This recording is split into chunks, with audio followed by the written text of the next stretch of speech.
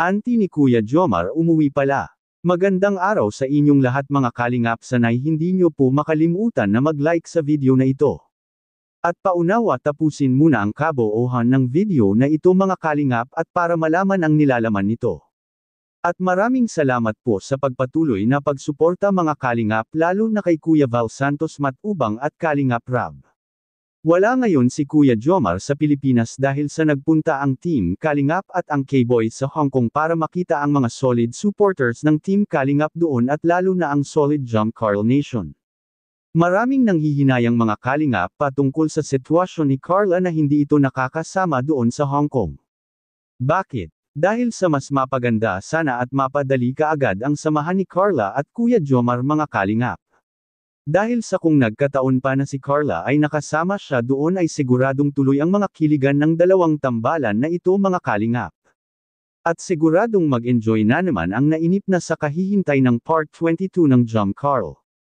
Ayon sa ating kaalaman mga kalingap na ang nanay ni Kuya Jomar ay gustong makita itong si Carla mga kalingap sa personal. Mangyari na sana noong nagpunta si Carla doon sa bahay nila Kuya Jomar. Ngunit hindi lang ito nagkataon dahil may lakad din ang nanay at pati na din pamilya ni Kuya Jomar noong nagbisita sila ni Carla doon sa bahay nila Kuya Jomar. Pagkakataon na sana ito ni Carla mga kalingap na makilala ni Carla ang pamilya ni Kuya Jomar.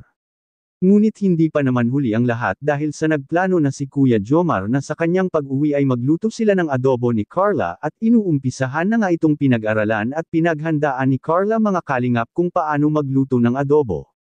At baka sa pagkakataon na iyon ay makita at makilala na ni Carla ang mama ni Kuya Jomar dahil sa doon rin lulutuin ang adobo sa bahay nila Kuya Jomar.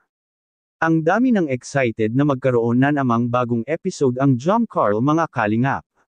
Lalo na ang ligawan ng dalawang tambalan na ito, dahil sa inaabangan talaga ng karamihan na sana ay sagutin kaagad ni Carla si Kuya Jomar at hindi sana anya niya ito patitiisin.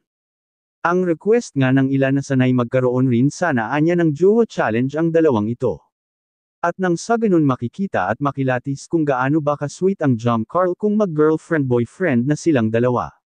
Katulad na lang sa ginawa ng Edrica na may Jowa Challenge ang dalawa dati at talaga namang nakakakilig at kakaiba talaga ang galawan ng dalawang dating tambalan na si Kalingap Edo at Erica. Kaya ito rin ang gustong makita ng mga viewers kay Kuya Jomar at kay Carla ngayon mga kalingap, at tita ni Kuya Jomar umuwi pala ito, bakit naman kaya? Nagbalak ang tita ni Carla na bisitahin ang bahay niya dito sa Pilipinas at maalala natin na sinabi ito ni Kuya Jomar kamakailan na ang tita niya ay kapag makakauwi ito sa Pilipinas ay gustong gusto din itong makita si Carla sa personal.